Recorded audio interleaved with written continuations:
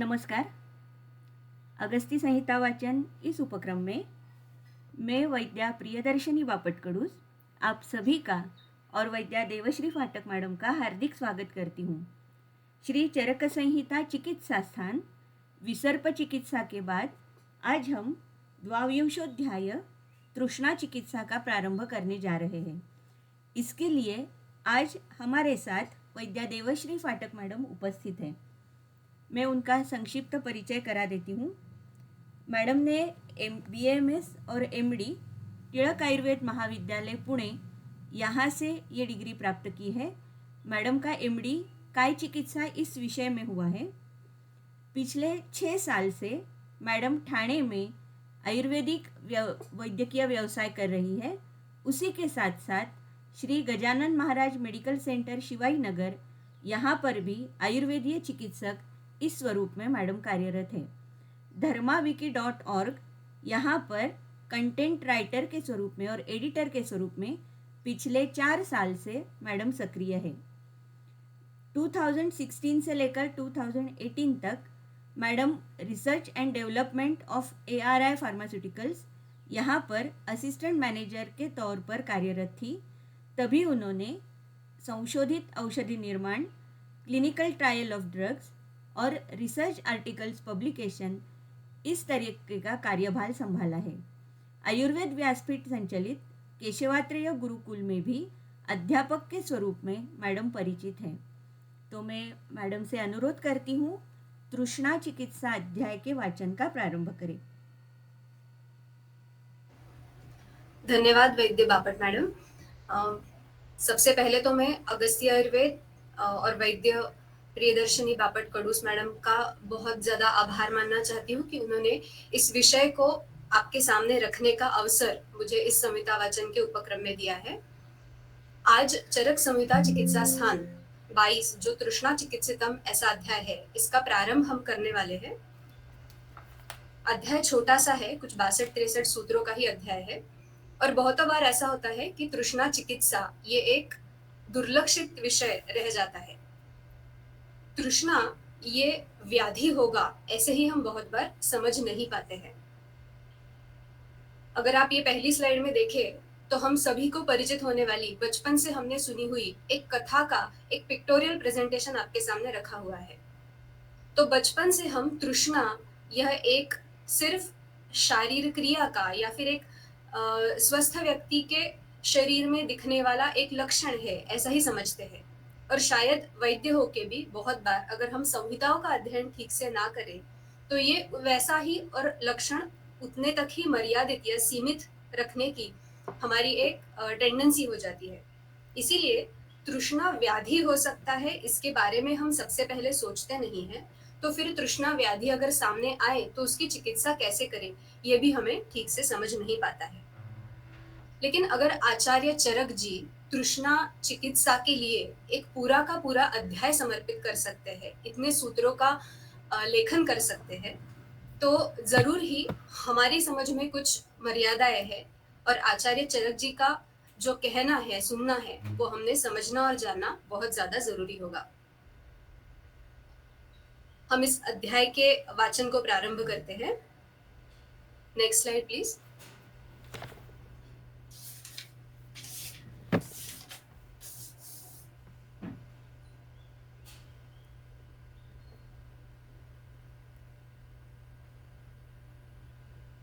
Can we change the slide? Yes, sorry.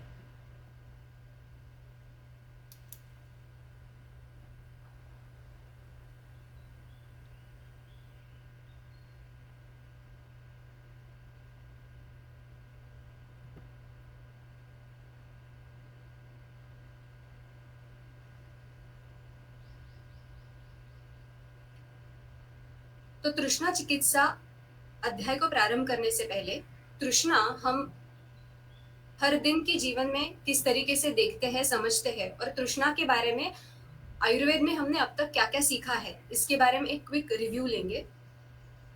Madam just a minute, yes just a minute. हाँ madam, एकच minute.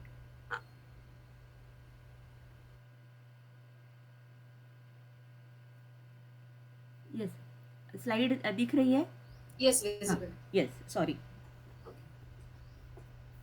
तृष्णा को हम एक वेग के तौर पे भी जानते हैं, और तृष्णा यह जो कर्म है वो एक विशिष्ट दोष का संहिताओं में बताया गया है। जैसे कि आप पहले सूत्र में देखेंगे, दर्शनम पक्ति उष्मा च क्षुत तृष्णा देहमार्दवम प्रभा प्रसादो मेधा च पित्त कर्म अविकारजम। चरकाचार्य ने सूत्र स्थान अध्याय 18 में ये बताया हुआ है कि प्राकृत या फिर जो फिजियोलॉजिकल तरीके की तृष्णा है उसको निर्माण करने का कार्य जिस दोष का है वो है पित्त दोष का।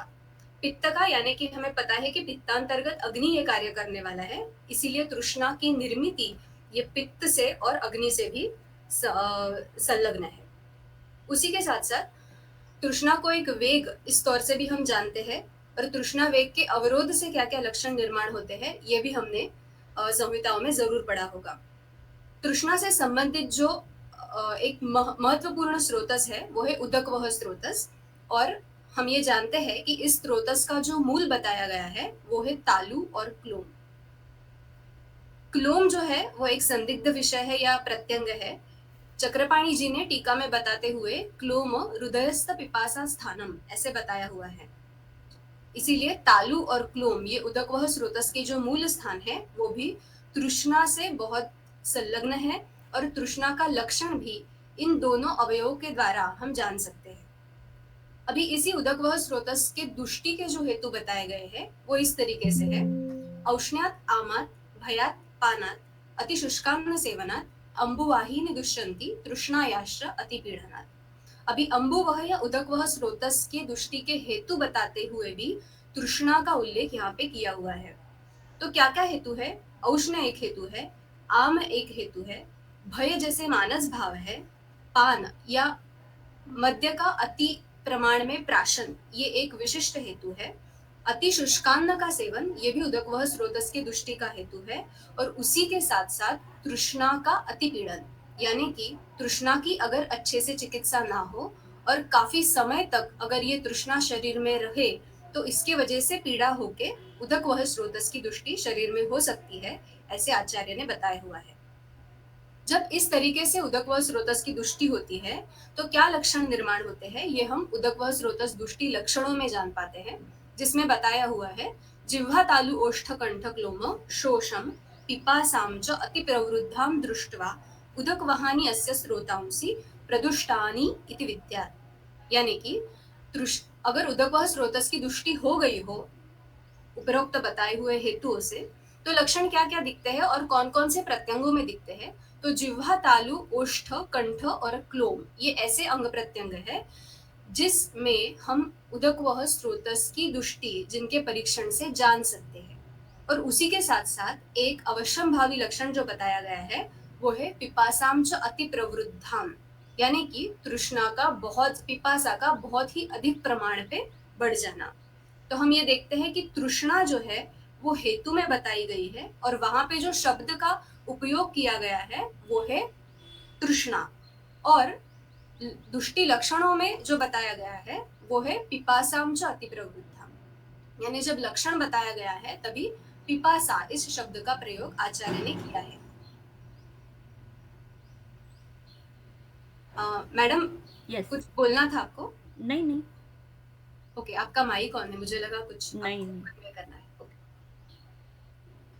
Okay, so coming back to the point, पिपासा और तृष्णा ये दो ऐसे शब्द हैं जिनका प्रयोग अलग अलग तरीके से और अलग अलग जगह पे संहिताओं में हमें दिखता है। कई लोगों का ऐसा भी मानना है कि जो प्राकृत स्वरूप से होती है, सिर्फ जलपान की इच्छा होती है स्वस्थ व्यक्ति में, उसे पिपासा ऐसे कहा जाता है, और जब वो व्याधि स्वरूप शरीर में व्यक्त होती है तब उसे तृष्णा इस तरीके से निर्देश आचार्य करते हैं। इसीलिए इस अध्याय का नाम भी पिपासा चिकित्सितम ऐसा ना होके तृष्णा चिकित्सितम ऐसे आचार्य ने दिया होगा। तो ये अध्याय समझने की और जानने की एक वैद्य या आयुर्वेद का विद्यार्थी जो है उसको क्या जरूरत है। अध्याय शुरुआत करने के पहले अगर हम ये जान पाए तो शायद अध्याय हमें ठीक से समझ पाएगा। एक वैद्य के तौर पर जब आप आपके चिकित्सालय में बैठते हो तो आपके पास कई तरह के रुग्ण आते हैं। इन सभी में कुछ कुछ लक्षण ऐसे होते हैं कि जिसमें हम शायद उसको दुर्लक्ष्य कर देते हैं, या फिर जो गंभीर हो सकते हैं, ऐसे हम जान ही नहीं पाते। जब एलोपैथी की दृष्टि से या एलोपैथी के डॉक्टर के पास कोई रुग्ण जाता है और वो कहता है कि उसे अतिसार हो गया है या फिर उसे बहुत ज़्यादा वॉमिटिंग हो रही है या उसको फीवर है, ये उनके जो डायग्नोसिस है, उसमें ये कोई भी अगर व्याधि का निदान उनका हो, तो इन सभी व्याधियों में वो एक विचार ज़रूर उसके साथ-साथ व्याधि की चिकित्सा के साथ करते हैं और वो है हाइड्रेशन का। इसीलिए आज लोगों को या रुग्णों को भी इतनी आदत इस बात की हो गई है कि आपके पास एलोपैथी दवाई से ठीक ना हुए रुग्ण जब आते हैं इन्हीं व्याधि या लक्षणों के साथ, तो उन्होंने इस आपके पास आने के पहले ही कोई ग्लूकॉन डी लिया होता है या फिर कभी इलेक्ट्रॉल पाउडर लिया हुआ होता है और इन सभी चीज़ों का या दवाइयों का इस्तेमाल करके रुग्ण आपके पास आया हुआ होता है।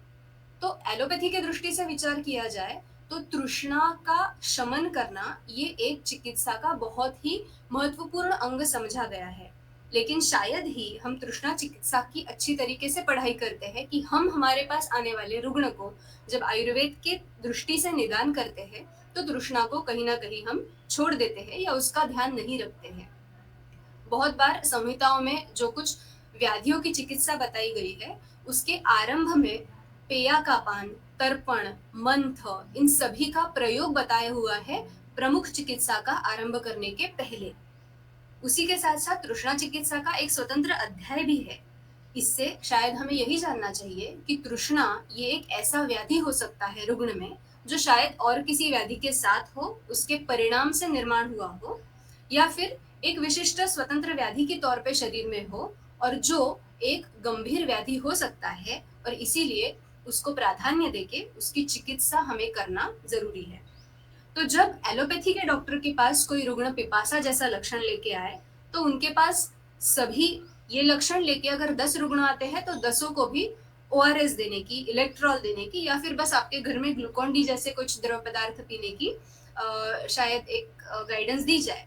लेकिन क्या आयुर्वेद प्रैक्टिस करने वाले वैद्य के पास कोई ऐसा रुग्ण आता है तो हमारे पास ऐसा एक कोई औषध है या औषधि है कि जो हम सभी रुग्णों को बता सकते हैं?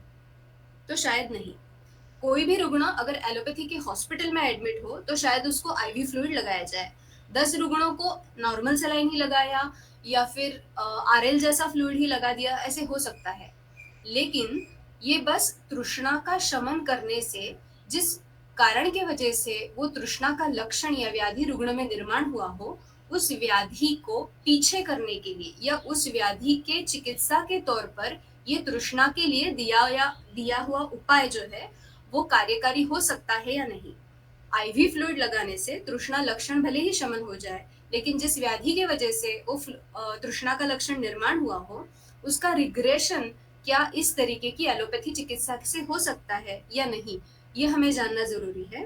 और अगर नहीं तो फिर आयुर्वेद चिकित्सक की दृष्टि से हम ऐसे लक्षणों में या ऐसे रुग्णों में किस तरीके से चिकित्सा कर सकते हैं और अलग अलग द्रव्यों की योजना कर सकते हैं, ये जानने के लिए हमें तृष्णा चिकित्सा या अध्याय का अच्छी तरीके से अध्ययन करना बहुत ही जरूरी होगा। Next slide please.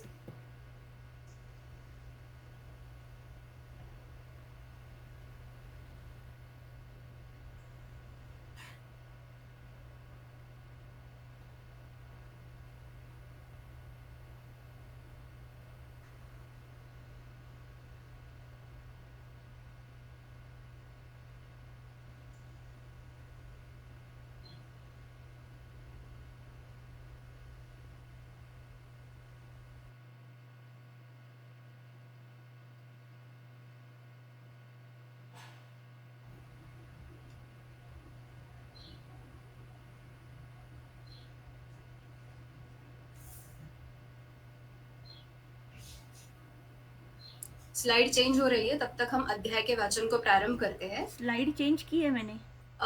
दिख नहीं रही है मैडम, लेकिन अभी अभी भी सेकंड स्लाइड ही दिख रही है, थोड़ा नहीं। लैग है शायद।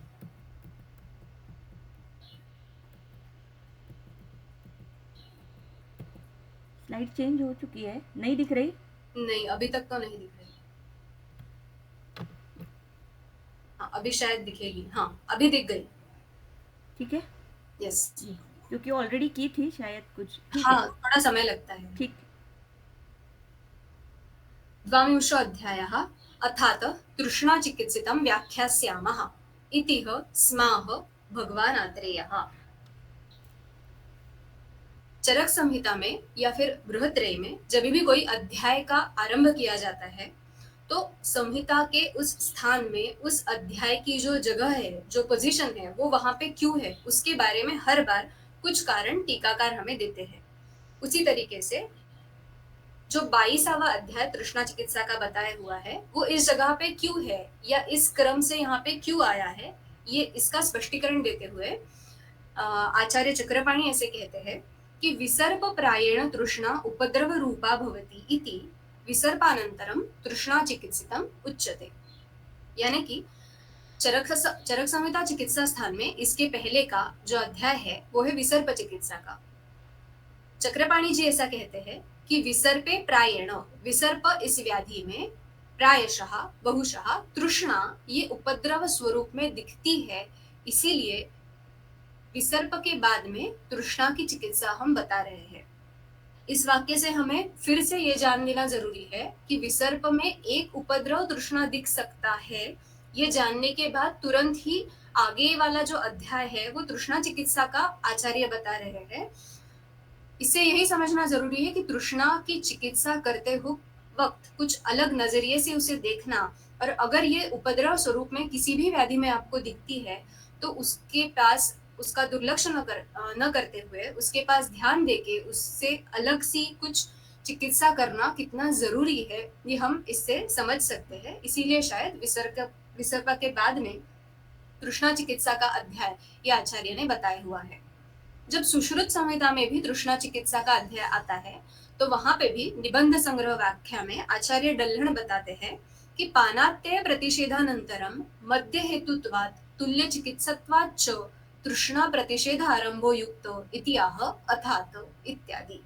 यानी कि सुश्रुत संहिता में जो अध्याय बताए गए हैं उसका क्रम अलग है, लेकिन वहां पर भी जब तृष्णा चिकित्सा का अध्याय आता है तो वैसे क्यों ये बताने के लिए आचार्य डल्हण जी हमें बता रहे हैं कि पानात्य प्रतिषेध, मतलब वहां पे वदात्य की चिकित्सा बताने के बाद तृष्णा की चिकित्सा का अध्याय दिया हुआ है। तो वो क्यों, तो मध्य हेतु तुल्यत्वात्, तृष्णा के हेतु में मध्य या अतिशय मद्यपानी एक हेतु बताया गया है, उससे होने वाली तृष्णा के अलग से लक्षण और चिकित्सा भी बताए गए हैं, और एक ये विशिष्ट हेतु करके तृष्णा का जाना जाता है। इसीलिए मध्य हेतु तुल्यत्वात् और चिकित्सत्वात् च, और जो मदात्य की चिकित्सा है उस तरीके से उसी आधार पर काफी सिद्धांत तृष्णा चिकित्सा के भी मिलते जुलते हैं। इसीलिए सुश्रुत संहिता में पानात्य प्रतिषेध के बाद में तृष्णा प्रतिषेध इस अध्याय का लेखन किया गया है या ये अध्याय क्रम से आता है। तो इस तरीके से ये अध्याय इस जगह पे क्यों है ये बताने के बाद हम अध्याय को प्रारंभ करते हैं। Next slide please.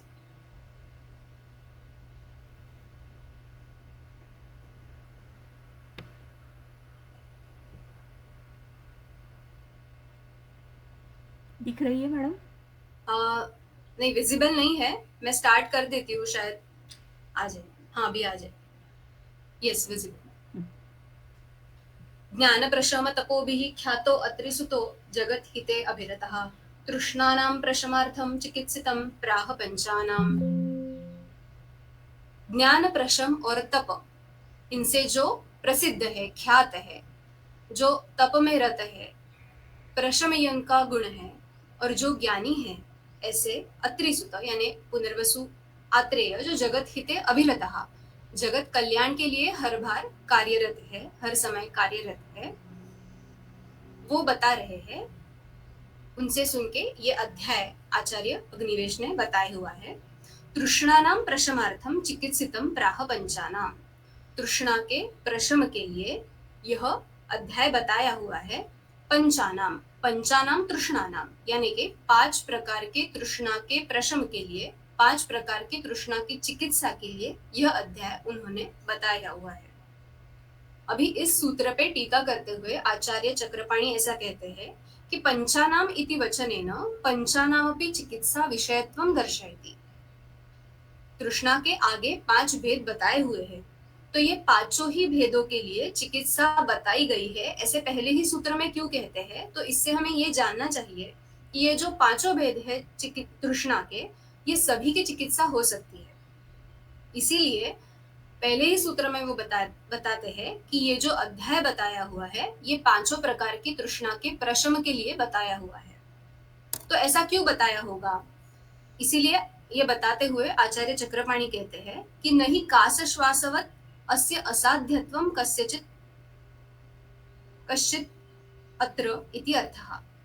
कास और श्वास के जो भेद बताए गए हैं, उनमें से कुछ भेद ऐसे हैं जहां पर वो पहले से ही असाध्य बताए हुए हैं।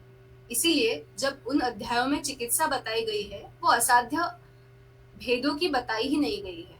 तो जो 5 भेद बताए हुए हैं, उनमें से कुछ भेदों के लिए चिकित्सा बताई गई है, लेकिन यहाँ पर तृष्णा के जो 5 भेद बताए गए हैं, ये पांचों के लिए चिकित्सा यहाँ बताई हुई है। इसीलिए पहले ही सूत्र में ऐसे आचार्य कहते हैं कि पंचानाम तृष्णानाम प्रशमनार्थम चिकित्सितम प्राह। पांचों प्रकार की तृष्णा के लिए इस अध्याय में चिकित्सा बताई गई है।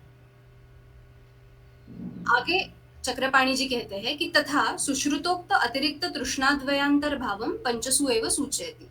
इससे शायद इनको ये भी सूचित करना होगा कि सुश्रुताचार्य ने जो तृष्णा के 7 भेद बताए हुए हैं, उनमें जो 2 अधिक भेद है, वो 2 भेद भी हम इन्हीं पांचों में ले सकते हैं, उनका समावेश कर सकते हैं। इसीलिए 5 इस शब्द पर जोर देकर या उसे हाईलाइट करके यहाँ पे बताया हुआ होगा। उक्तम ही सुश्रुते तिस्रः स्मृताता क्षतजा चतुर्थी क्षयात् तथा ही आमसमुद्भवा च स्यात् सप्तमी भक्त निमित्तजा च। सुश्रुत में तृष्णा के 7 भेद बताए हुए हैं। वो कौन कौन से है? तीसरा यानी 3 दोषों से उत्पन्न होने वाली, क्षतज, क्षयजा और आमसमुद्भवा। तो ये जो 7 भेद है, ये चरकाचार्य ने तो 5 भेद बताए हैं। तो उन्हीं 5 भेदों में ये 7 भेद हम कैसे इंक्लूड कर सकते हैं, ये आगे हमें जानना है, आगे बताया हुआ है।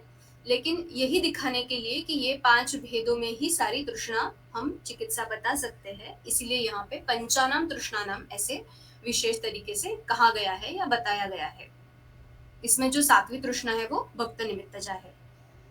तो इस प्रकार तृष्णा के 5 भेद है, ये इस सूत्र से हमें समझ जाता है, और ये पांचों ही भेदों की चिकित्सा इस अध्याय में क्रमशः आने वाली है, ये भी हम यहाँ जान सकते हैं। Next slide please.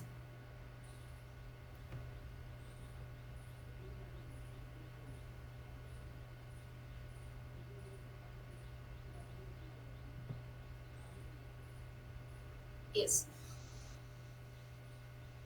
तो अभी तृष्णा के 5 भेद है और पांचों की भी चिकित्सा यहाँ पे बताई हुई है। ये कहने के बाद इस तृष्णा के हेतु तथा तृष्णा की संप्राप्ति और स्वाभाविक तृष्णा से तृष्णा व्याधि का क्या भेद है, ये हमें आचार्य आगे के सूत्रों में बताते हैं। सूत्र क्रमांक 4 से 7 इनमें क्षोभात भयात श्रमादपि शोकात क्रोधात विलंघनात मद्यात क्षाराम्ल लवण कटुपोषण वृक्ष शुष्कान्न सेवाभिः धातुक्षय गदकर्षण वमनाद्यतियोग सूर्य संतापैः पित्तानिलौ प्रवृद्धौ सौम्यान् धातुंश्च शोषयतः रसवाहिनीश्च नाली जिह्वामूल गलतालुक क्लोम्नः संशोष्य नृणां देहे कुरुतः तृष्णां महाबलौ एतौ पीतं पीतं हि जलं शोषयतः तावतो न याति शमम् घोर व्याधि कृशानां प्रभवति उपसर्ग भूतासा।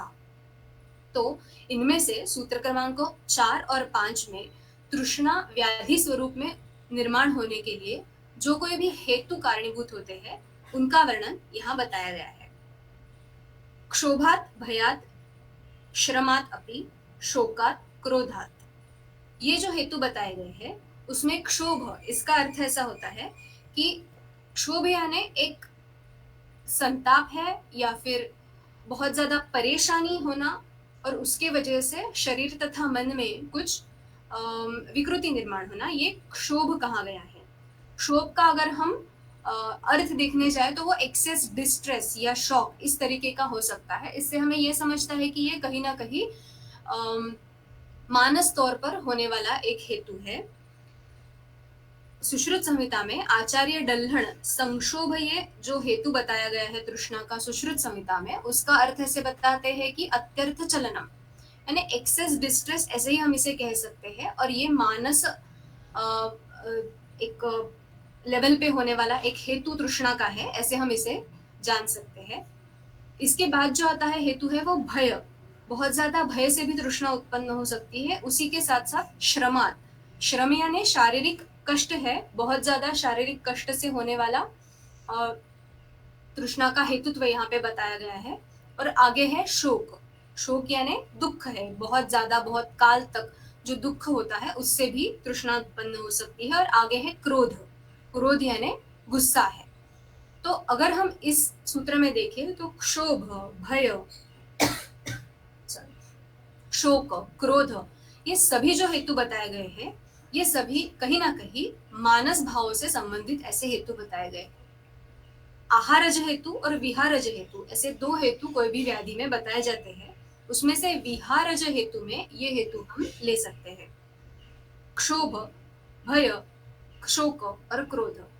अगर आप तृष्णा या पिपासा, ये आपके एक वैद्य के तौर पर जब रुग्ण को देखने जाओगे तो किस अलग अलग प्रकार के रुग्णों में दिख सकती है, इसका अगर आप थोड़ा सा सोचने की कोशिश करोगे तो मैंने भी एक डॉक्टर या वैद्य की दृष्टि से जो पेशेंट देखे हैं उसमें काफी पेशेंट ऐसे देखे हैं कि जिनमें कुछ ना कुछ साइकियाट्रिक प्रॉब्लम्स है या फिर उन्हें साइकियाट्रिक ट्रीटमेंट चल रही है। कहीं ना कहीं मानस व्याधियों में ये लक्षण अवश्य दिखता है। और ये शायद आचार्य चरक शायद नहीं, जरूर ही जानते हैं, और इसीलिए उन्होंने पहले ही सूत्र में मानस हेतुओं का वर्णन किया गया है।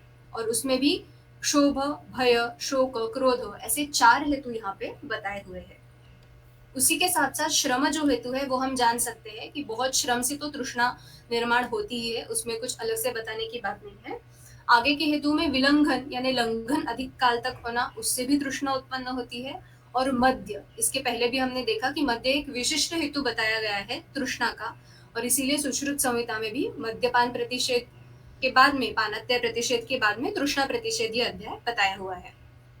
तो अभी इसके बाद और विशिष्ट तरीके से आहारज हेतुओं का वर्णन किया है। उसमें बताया है कि क्षार, अम्ल, लवण, कटुकोष्ण, रुक्ष, शुष्कान्न सेवा भी। इसमें हम देखेंगे तो क्षार, अम्ल, लवण, कटु और उष्ण, ये जो है ये पित्त प्रकोपक ऐसे हेतु है। तृष्णा की उत्पत्ति ही पित्त के वजह से होने वाली है। आगे संप्राप्ति में भी पित्त का जो भाग है वो बताया हुआ है।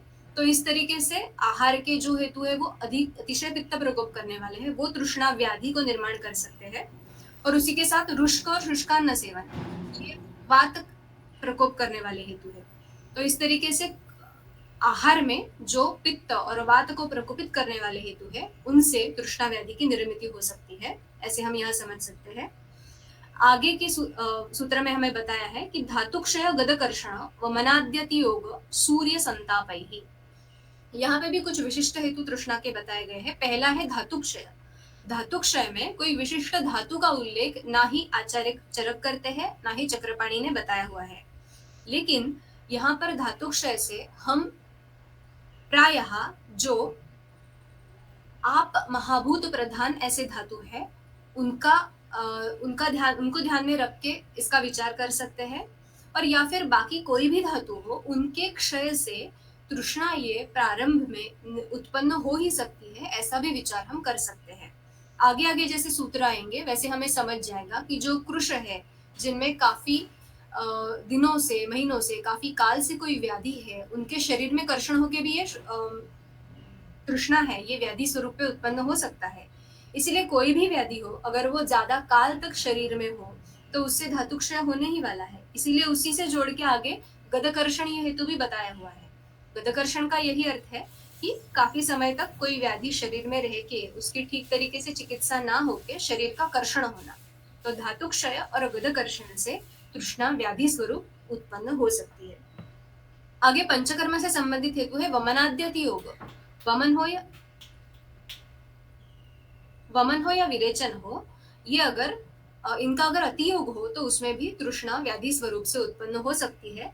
ये काफी स्पष्ट है, इसके बारे में बहुत ज्यादा बताने की जरूरत नहीं है। आप सभी जानते हैं कि इसमें अगर अधिक प्रमाण में शरीर से कुछ द्रव पदार्थ बाहर पड़ते हैं तो जरूर ही इसमें तृष्णा जैसा लक्षण निर्माण हो सकता है और वो व्याधि स्वरूप भी हो सकता है। और आखिरी हेतु बताया है वो है सूर्य संताप ही। आतप सेवन या सूर्य संताप से भी तृष्णा व्याधि स्वरूप निर्माण हो सकती है। फिर से यहाँ आतप सेवन, इससे पित्त प्रकोप और फिर अपधातु का क्षय होकर तृष्णा का उत्पन्न होना, इस तरीके के लक्षण हमें दिखते हैं। ये तो हमें सभी को पता होता है, अगर हमने पढ़ा भी ना हो, कि अगर धूप से कोई आता है तो उसे प्यास लगती ही है। तो इसीलिए ये एक विशिष्ट हेतु यहाँ पे बताया हुआ है जो काफी सामान्य है, सभी जानते हैं। अभी इन सभी हेतुओं से शरीर में तृष्णा की उत्पत्ति होती कैसे है, उसमें कारणीभूत जो दोष है वो कौन से है, धातु कौन से है और किस प्रकार से ये उत्पत्ति होती है, ये आगे के सूत्रों में हमें समझता है। पित्तानिलौ प्रवृद्धौ सौम्यान धातुंश्च शोषयतः। तो इन सभी हेतु से होता क्या है, तो शरीर में दो दोषों का प्रकोप होता है, पित्त का और अनिल यानी वात का। तो जब पित्त और वात का प्रवृद्ध, प्रकर्ष से उनकी वृद्धि होती है, सिर्फ वृद्धि नहीं प्रकर्ष से वृद्धि होती है, तभी तृष्णा व्याधि स्वरूप उत्पन्न हो सकती है। तो ऐसे अपने प्रमाण से बहुत ज्यादा वृद्ध हुए पित्त और वात, इन दोषों के वजह से क्या होता है, ये दोनों दोष किसका दूषण करते हैं, दुष्टि करते हैं, किन धातुओं को अफेक्ट करते हैं, तो सौम्यान धातुंश्च शोषयतः। और किस प्रकार से दुष्टि करते हैं ये आगे दो शब्दों में हमें समझता है। शरीर में जो कोई सौम्य धातु है, इन सभी का शोषण ये प्रवृद्ध वात और पित्त करते हैं। अभी यहाँ पे सौम्यान धातु इस शब्द पर आचार्य चक्रपाणि ने टीका बताई। वो कहते हैं सौम्यान धातु नीति कफ रस उदकानी सोम गुणातिरिक्तानी। सोम यानी चंद्रमा है, तो उनकी तरह सौम्य होने वाले ऐसे जो कोई धातु शरीर में है, उनका प्रकर्ष होना, सौम्य तत्व का प्रकर्ष होने वाले जो धातु है, जैसे कि कफ दोष है, रस धातु है या उदक है, ये जो सौम्य धातु है इनका शोषण प्रवृद्ध हुए वात और पित्त ये दोष करते हैं। धातुओं की दुष्टि किस प्रकार से करते हैं, तो शोषण इस स्वरूप का कार्य यहाँ पे हमें दिखता है। और हमें पता है कि गुरुवादी गुणों में शोषण ये रुक्ष गुण से होता है, ऐसे कहा गया है। इसीलिए अति प्रमाण में वृद्ध ऐसे पित्त और वात जो दोष है, उनका रुक्ष गुण, उष्ण गुण बढ़ने से शरीर में जो सौम्य धातु है कफ रस उदक, उनका शोषण होता है। उसी के साथ साथ आगे क्या होता है, रसवाहिनीश्च नाली जिह्वा मूल गल तालुक क्लोमनः।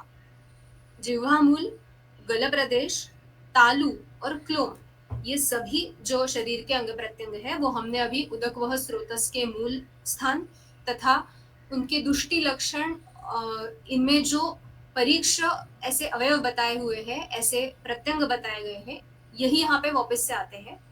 जिह्वा मूल, गल, तालु, क्लोम्न। और इन विशिष्ट प्रत्यंगों के पास जाने वाली, इनकी तरफ जाने वाली जो रसवाहिनी नाली है, उसका भी शोषण ये प्रवृद्ध वात पित्त करते हैं। नाली इस शब्द का एक पाठभेद संहिता में बताया गया है। वो कहते हैं कि धमनी इति पाठभेदः।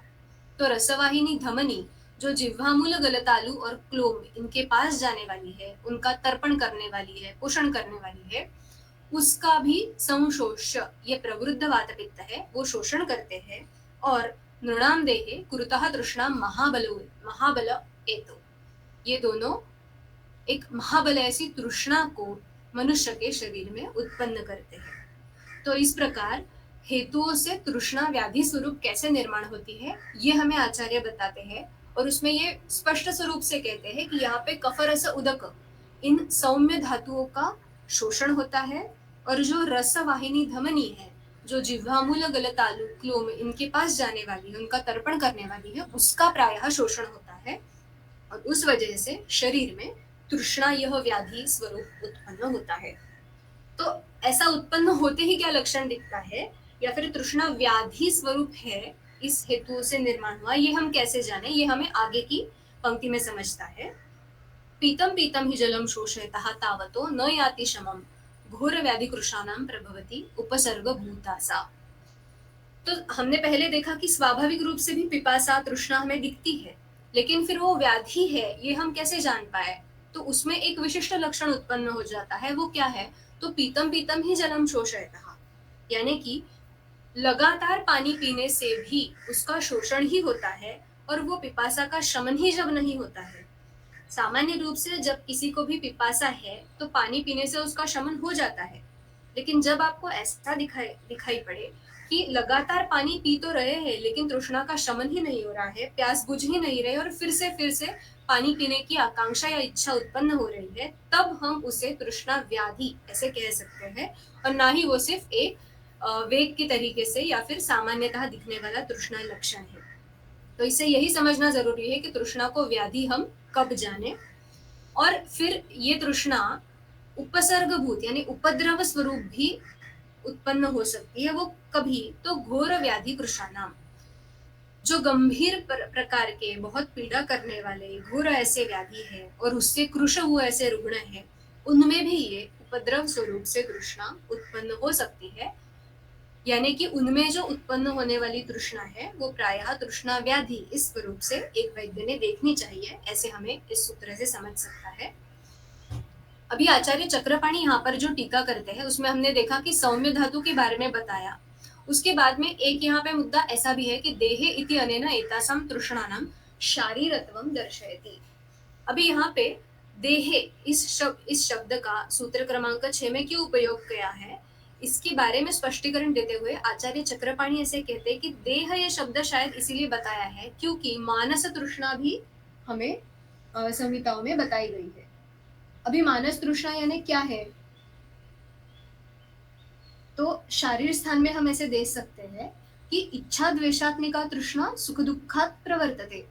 अभी इच्छा द्वेष इस स्वरूप की भी तृष्णा हो सकती है और वो सुख दुख से ही उत्पन्न होती है, तो इसे आचार्य ने मानस तृष्णा कहा है। लेकिन इन सूत्रों में तृष्णा व्याधि चिकित्सा में जो कुछ हेतु संप्राप्ति और चिकित्सा बताई गई है वो सब देहज जो तृष्णा है उसके बारे में है। यही भेद स्पष्ट करने के लिए ये मानस तृष्णा की ना होके शारीर तृष्णा की चिकित्सा है, ये बताने के लिए शायद यहाँ पे देह इस विशिष्ट शब्द का उपयोग प्रायः किया हुआ है, ऐसे यहाँ पे आचार्य कहते हैं। आगे एक मुद्दा आता है कि स्वाभाविक तृष्णाकर वातपित्ताभ्याम वक्षमाण तृष्णारंभकत्वात् पित्तयो विशेषमाह पीतम पीतम इत्यादि।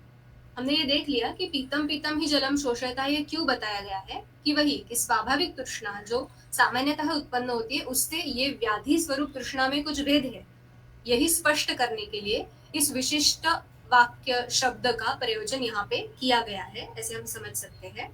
और उपसर्गभूत यानी कि उपद्रव रूप घोर व्याधि कृशानाम उपद्रवभूता, ऐसे ही हम इसे समझ सकते हैं। तो इस प्रकार से सूत्र क्रमांक 4, 5, 6 और 7 इसमें हमने तृष्णा जब व्याधि स्वरूप उत्पन्न होती है तो उसके हेतु क्या होते हैं, संप्राप्ति कैसी होती है और उससे तृष्णा व्याधि उत्पन्न हुआ है उसका एक जो लक्षण है वो क्या है, इसे हमने जाना। Next slide please.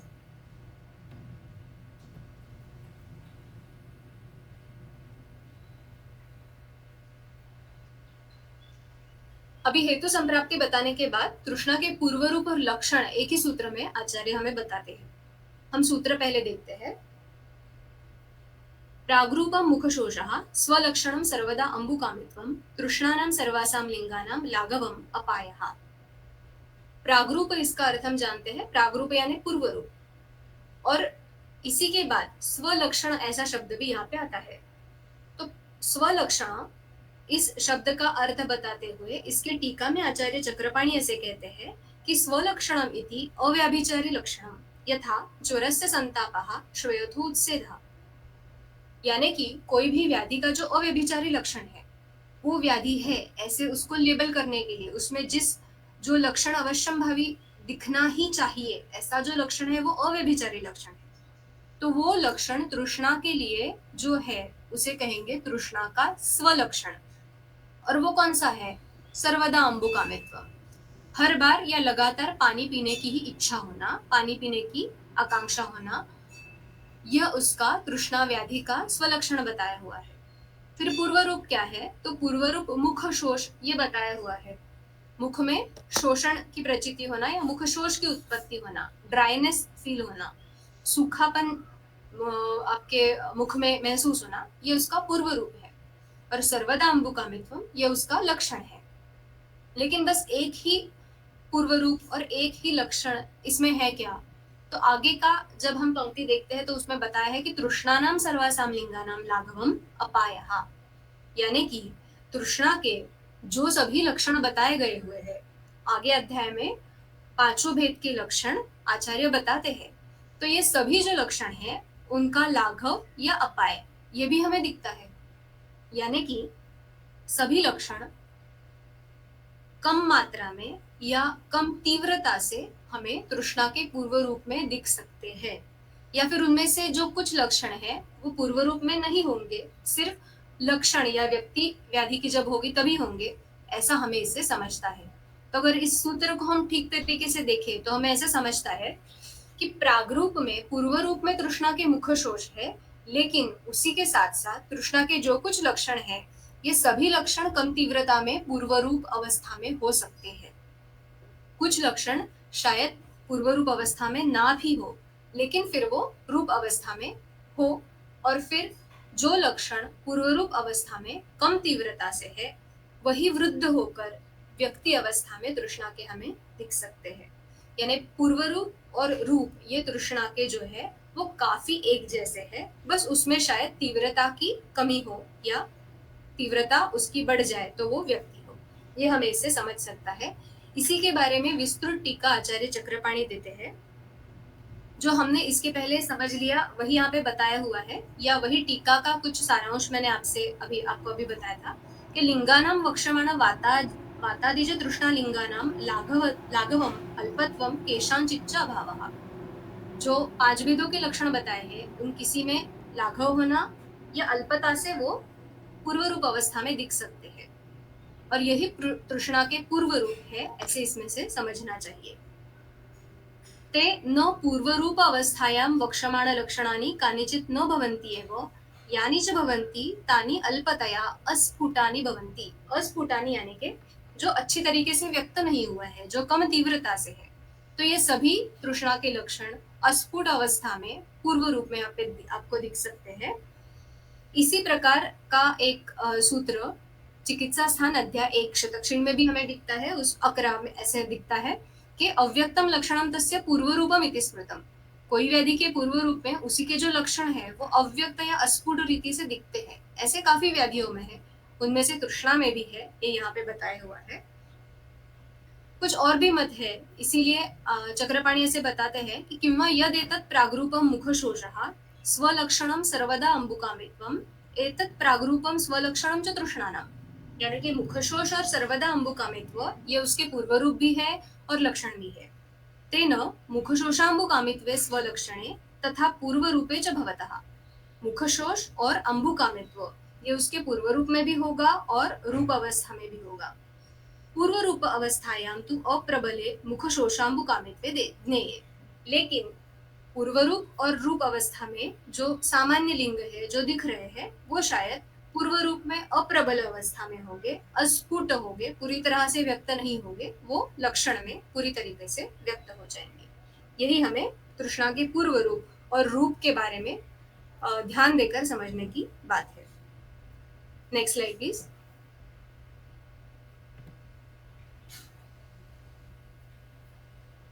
तृष्णा के पूर्व रूप और रूप देखने के बाद तुरंत ही आगे जो सूत्र आते हैं, सूत्र क्रमांक 9 और 10, वो है तृष्णा के उपद्रव के बारे में। हम सूत्र पढ़ते हैं। मुखशोष स्वरभेद भ्रम संताप प्रलाप संस्तंभान तालुओष्ठ कंठ जिह्वा कर्कशताम चित्तनाशम च। जिह्वा निर्गमम अरुचिम बाधिर्यम मर्मदूयनम सादम तृष्णोद्भूता कुरुते पंचविधाम लिंगतः श्रृणुताम। तृष्णा के 5 भेद बताए गए हैं, वो भेदों के लक्षण बताने के पहले ही आचार्य सामान्य रूप से तृष्णा व्याधि के उपद्रव में क्या क्या दिख सकता है इसके बारे में वर्णन कर देते हैं।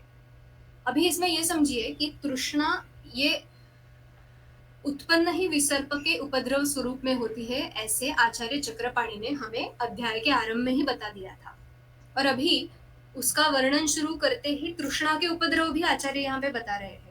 यानी कि तृष्णा की चिकित्सा कितनी महत्वपूर्ण है ये हमें समझना चाहिए, क्योंकि सभी तृष्णा में उपद्रव उत्पन्न हो सकते हैं और वो कौन कौन से हैं ये भी हमें यहाँ पे स्पष्ट रूप से बताया हुआ है।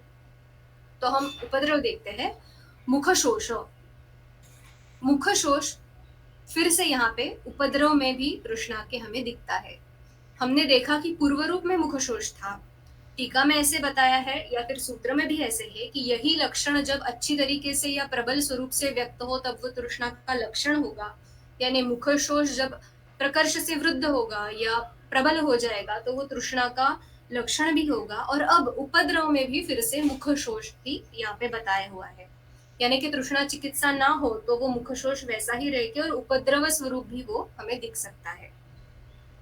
इसीलिए तृष्णा व्याधि स्वरूप आपके सामने आने पर वो कौन सी अवस्था में है, क्या ये पूर्व रूप है, क्या ये रूप है, क्या ये उपद्रव है, ये हमें जानने के लिए बहुत ही अच्छी तरीके से ध्यान देके समझना जरूरी होगा, क्योंकि शायद वहां पे चिकित्सा में कुछ भेद हो सकता है। चिकित्सा के प्रयोग जो है हमें उसे बढ़ाना पड़ेगा या फिर कुछ अलग विचार भी वहां पे करना जरूरी हो, क्योंकि तृष्णा के कुछ उपद्रव जो है वो भयंकर भी बताए हुए हैं जो हम आगे देखेंगे। आगे का उपद्रव है स्वर भेद। हम ये जानते हैं कि जब बहुत काल तक आप जलपान ना करें तो आपके मुख में जो सूखापन होगा, जिह्वा में जो सूखापन होगा, इन सभी के वजह से आपका स्वर जो है वो अफेक्ट होने वाला है, स्वर में भेद होने वाला है। उसी का अर्थ ऐसा है कि ये स्वर बदल होने वाला है और जो आपका प्राकृत स्वर है उससे वो थोड़ा शायद गहरा हो जाएगा, जिसे हम कहते हैं कि डीप हो गया। डीप यानी कि आवाज ज्यादा अच्छी तरीके से आ ही नहीं रही है। ये भी स्वर के बारे में है और ये कोई गले की खराबी नहीं है, तो स्वर ही यहाँ पे स्वर ही आपका भेद इस तरीके से तृष्णा के उपद्रव में दिखने वाला है। आगे है भ्रम, संताप, प्रलाप। भ्रम जो है हमें पता है कि रजो पित्ता नीलाद भ्रम, पित्त और वात वृद्धि से भ्रम उत्पन्न होता है। तृष्णा के हेतुओं में प्रकर्ष से वृद्ध हुए ऐसे पित्तवात ही हेतु स्वरूप है, इसीलिए उपद्रव स्वरूप में भ्रम ये दिख सकता है। संताप, संताप ये लक्षण हम ज्वर में देखते हैं कि शरीर, इंद्रिय और मनस संताप, ये ज्वर का एक लक्षण बताया हुआ है। तो ये संताप जो है या ज्वरवत जो दाह है ये भी तृष्णा के उपद्रव स्वरूप में दिख सकता है, यहाँ पे ये बताते हैं। उसके बाद जो आता है वो प्रलाप। प्रलाप यानी अनाप शनाप बोलना, इररिलेवेंट टॉक्स, ये भी तृष्णा के उपद्रव में बताया हुआ है। और आगे है संस्तंभ। संस्तंभ यानी कि अगर उसका हम अर्थ देखें तो रिजिडिटी या कोई भी मूवमेंट में अरेस्ट होना, जखड़ाहट, ग्रह, इस तरीके से लक्षण भी तृष्णा के उपद्रव में देखा जाता है। अभी कुछ लक्षण हम वात पित्त के अगर दृष्टि से देखें तो हमें समझ सकते हैं कि ये उपद्रव स्वरूप में क्यों आते होंगे, लेकिन यहाँ पे प्रलापी लक्षण है तो ये क्यों आता होगा उपद्रव स्वरूप में, इसके बारे में अगर हम देखें तो ये वात ही प्रलाप उत्पन्न होने का कारण है। तृष्णा के हेतु में बढ़ा हुआ वात है तो उससे प्रलाप हो ही सकता है, लेकिन एक अलग तरीके से और अच्छी तरीके से या सामान्य बुद्धि के मेरे जैसे अभ्यासकों को अगर समझना है तो शायद हम ये देख सकते हैं कि जब बहुत ज्यादा डिहाइड्रेशन होता है और उसके लिए एक्सेस वाटर इनटेक किया जाता है। एलोपैथी के डॉक्टर्स भी कहते हैं कि आप सिर्फ पानी नहीं पीना है, आप उसमें शक्कर और नमक डाल के पानी पिए। अगर आप वैसे नहीं पीते हैं तो क्या हो सकता है, तो डाइल्यूशन हो सकता है, इलेक्ट्रोलाइट इम्बैलेंस शरीर में हो सकता है। और हमें पता है अगर हाइपोनेट्रेमिया जैसी कंडीशन कुछ आ जाए तो उसमें डेलिरियम जैसे लक्षण बताए गए हैं। डेलिरियम यानी प्रलाप ही है। तो इररिलेवेंट टॉक्स, डेलिरियम, ये सारी चीजें जो है वो हाइपोनेट्रेमिया के सिम्टम्स में बताई गई है और उसी से कुछ ना कुछ जुड़ने वाला प्रलाप जैसा जो लक्षण है यहाँ पे आचार्य हमें तृष्णा के उपद्रव स्वरूप में बता रहे हैं। ये हमें ये देख के समझता है कि उनका तृष्णा के उपद्रव का अभ्यास कितना गहरा था और हम समझने में कितनी हमारी मर्यादा रह जाती है या कमी रह जाती है। आगे का लक्षण संस्तंभ है। पित्त और वात ये रुक्ष और उष्ण गुण से यहाँ पे बढ़े हुए हैं। शोषण यहाँ का एक प्रमुख कर्म इन दोनों से यहाँ पे हो रहा है जो व्याधि निर्मित कर रहा है।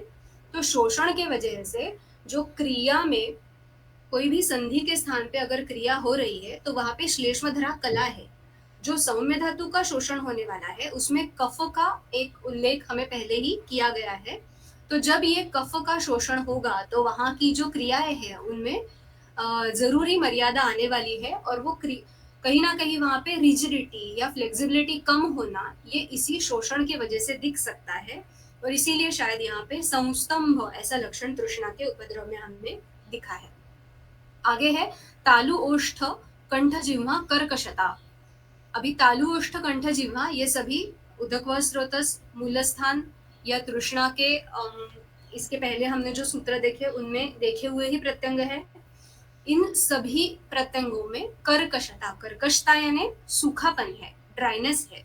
तो इन सभी में सूखापन महसूस होना या आगे जाके और उसमें खरत्व उत्पन्न होना, पारुष्य उत्पन्न होना, ये जो प्रकर्ष है सूखेपन का, इन सभी प्रत्यंगों में दिखता है, यही उसका उपद्रव है।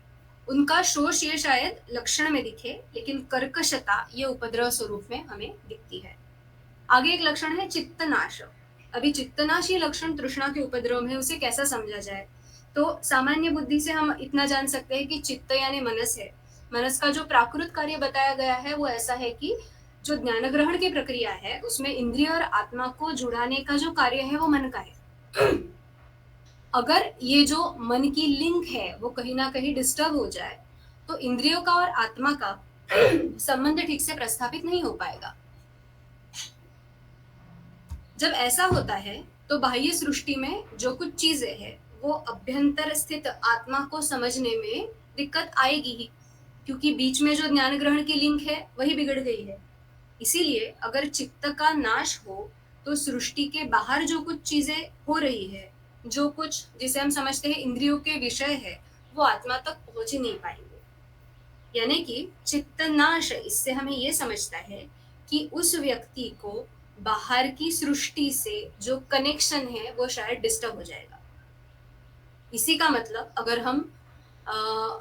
हमें जो समझती है ऐसी एलोपैथी की इंग्लिश लैंग्वेज है उसमें अगर समझना चाहे तो लॉस ऑफ कॉन्शियसनेस या disconnection between outer and inner world, ये शायद चित्तनाश इस शब्द से हम समझे तो हमें समझेगा कि ये उपद्रव स्वरूप यहाँ पे क्यों बताया हुआ है। तो तृष्णा के उपद्रव में चित्त पे भी प्रभाव पड़ता है। हमने देखा है कि हेतुओं में भी कुछ मानस हेतु है और अभी उपद्रव में भी चित्त ये बाधित होने वाला है और उसका नाश भी हो सकता है उपद्रव स्वरूप, ऐसे आचार्य ने यहाँ पे स्पष्ट स्वरूप से बताया। आगे है जिह्वा निर्गमम अरुचिम बाधिरियम मर्मदूयनम सादम। जिह्वा निर्गम इसका अर्थ ऐसा होता है कि जिह्वा का बाहर निकलना, ये उपद्रव स्वरूप है। अरुचि यानी कि कोई भी कार्य में रुचि ना रहना। बाधिर्य यानी ये श्रवणेंद्रिय से संबंधित भी हो सकता है और शायद आपकी बाकी जो कुछ प्रत्यंग है, जो कुछ इंद्रिय है, उनसे भी संबंधित ये हो सकता है। आगे है मर्म दूयनम। दूयनम इस शब्द का जो अर्थ बताया है टीका में, वो कहते हैं कि दूयनम दाहवत रुजा, मर्म के स्थानों पर दाहवत रुजा होना, इसी को मर्म दूयनम ऐसे कहा जाता है। और जो आखिर है वो है सादम। सादम यानी बहुत ही थकान महसूस होना या फिर जो आपकी एनर्जी है वो एकदम से कम होना या फटीग, इसे से हम कह सकते हैं। तो ये सारे ही यहाँ पे उपद्रव बताए हैं, ये काफी विशिष्ट है। जिह्वा निर्गम ये तृष्णा के उपद्रव में कैसा होगा ये हम बस इतना ही समझ सकते हैं कि जिह्वा ये तृष्णा से संबंधित, उदकवह स्रोत से संबंधित एक प्रत्यंग है, इसीलिए उपद्रव स्वरूप में शायद जिह्वा निर्गम ऐसे लक्षण दिखे। अगर आप डिहाइड्रेशन के एलोपैथी में या वेस्टर्न मेडिसिन में बताए हुए जो सिम्टम्स है वो देखें तो उसमें एक स्वोलन टंग ऐसे एक बहुत ही विशिष्ट स्वरूप का लक्षण भी दिखता है। तो इससे हम शायद समझे कि निर्गम इसका अर्थ या उसका प्रत्यक्ष जो दर्शन है वो शायद इस प्रकार से हमें हो सकता है, तृष्णा के उपद्रव में ये है ऐसे हमने जानना चाहिए। अरुचि समझना तो काफी स्पष्ट है। आगे है बाधिर्य। तो बाधिर्य है यह फिर से अगर हम समझे तो चित्त से संबंधित लक्षण हो सकता है, चित्त नाश है इसलिए बाधिर्य है, और संज्ञाओं का जो वहन है आत्मा तक होने वाला वो प्राकृत ना होने से ये बाधिर्य जैसा लक्षण है ऐसे हम समझ सकते हैं। और अगर वेस्टर्न मेडिसिन के हिसाब से देखें तो शायद यहाँ पे इलेक्ट्रोलाइट इम्बैलेंस जो होने वाला है और उसमें नर्वस टिश्यू में जो डिस्टर्बेंस होने वाले हैं कंडक्शन में, उसके वजह से शायद ये बाधिर्य के जैसे लक्षण तृष्णा के उपद्रव स्वरूप में दिखे, ऐसा हो सकता है। और आखिर है मर्म दूयनम, मर्म स्वरूप, मर्म के स्थान पे दूयन यानी दाहवत रुचा होना। 8:30 हो गए हैं मैडम, बस ये एक सूत्र को खत्म करके हम रुक यस सकते हैं। Yes sure. तो मर्मदूयन, मर्म के स्वरूप, मर्म के स्थान पे दाहावत रुजा होना। तो मर्माघात जब भी हम देखते हैं तो हमें ये एक कहीं ना कहीं हमारे दिमाग में बैठा हुआ होता है कि कहीं बाह्य आघात ही यहाँ पे होना चाहिए, वहाँ पे भेदन होना चाहिए, छेदन होना चाहिए, कुछ ना कुछ प्रकार का व्रण होना चाहिए, शायद उसकी वजह से मर्म में कुछ रुझा हो जाए। लेकिन तृष्णा उपद्रव स्वरूप में मर्मदूयन ये लक्षण दिख रहा है, उसका अर्थ हमने ऐसा समझना चाहिए कि ये व्याधि अगर दुर्लक्षित रहे, उसकी चिकित्सा ठीक से ना हो, तो मर्म तक इसके लक्षण या इसका प्रभाव जो है वो दिखने वाला है। और वहां पे तृष्णा यह एक अभ्यंतर शायद हेतु हो सकता है, निज हेतु हो सकता है, या फिर वो लक्षण निर्माण करने वाला एक व्याधि स्वतंत्र ऐसा हो सकता है कि जिसमें मर्म स्थान पर, जो प्राण के स्थान है, वहां पर दाहवत रुचा की उत्पत्ति होती है। और आगे है सादम। तो फटीग जैसे जो सिम्टम्स हम कहते हैं, वो तो आपको पता है कि जो हेतु हमने देखे, जैसे सूर्य संताप जैसे, तो बहुत धूप में से जब आए पिपासा या तृष्णा का शमन ना हो, तो यह होकर भी आगे हमें साद जैसे लक्षण तो दिखते ही है। ये फिर से शरीर के अवधातु का क्षय अधिक प्रमाण में होने से, तर्पण की कमी होने से, रस का क्षय होने से दिखते हैं, ऐसे हमने यहाँ पे जानना चाहिए। और आगे बताते हैं कि तृष्णोद्भूता कुरुते। तृष्णोद्भूता इस शब्द को चक्रपाणी ऐसे बताते हैं कि उद्भूता इति वृद्धा, यानी कि तृष्णा जब वृद्ध हो जाती है, यानी कि बहुत प्रमाण में बढ़ जाती है, अधिक मात्रा में बढ़ जाती है, तभी ये सब उपद्रव निर्माण होते हैं। इसी से हमें समझता है तृष्णोद्भूता, ये शब्द की वजह से समझ रहा है कि ये उपद्रव है और ना कि लक्षण है। सो अतिशय वृद्धा ऐसी जो तृष्णा है, उसके उपद्रव स्वरूप ये सब लक्षण निर्माण होते हैं, ऐसे आचार्य चरक जी यहाँ पे बता है। और फिर आगे क्या है, तो पंचविधाम लिंगतः श्रुणुताम। तो अब इसके आगे जो तृष्णा के 5 भेद है, वो सभी के लक्षण भेदानुसार हम समझेंगे, ऐसे आचार्य चरक जी हमें यहाँ पे बताते हैं। तो आज का समय हमारा यहीं पे समाप्त होता है, तो हम यहीं पे रुकेंगे और कल इसके आगे के सूत्रों का वाचन हम शुरू करेंगे। धन्यवाद। बहुत बहुत धन्यवाद मैडम। सच में जैसे आपने कहा कि तृष्णा अध्याय हमेशा ही उपेक्षित ही रहता है, एक तो छोटा भी है और उपेक्षित ही रहता है, लेकिन आपके साथ इसका वाचन और मनन करना ये बहुत ही इंटरेस्टिंग होगा। तो फिर से एक बार धन्यवाद कहूँगी और सबसे अनुरोध है कि कल फिर से 7:30 बजे इसी प्लेटफॉर्म पे आना है। बहुत बहुत धन्यवाद।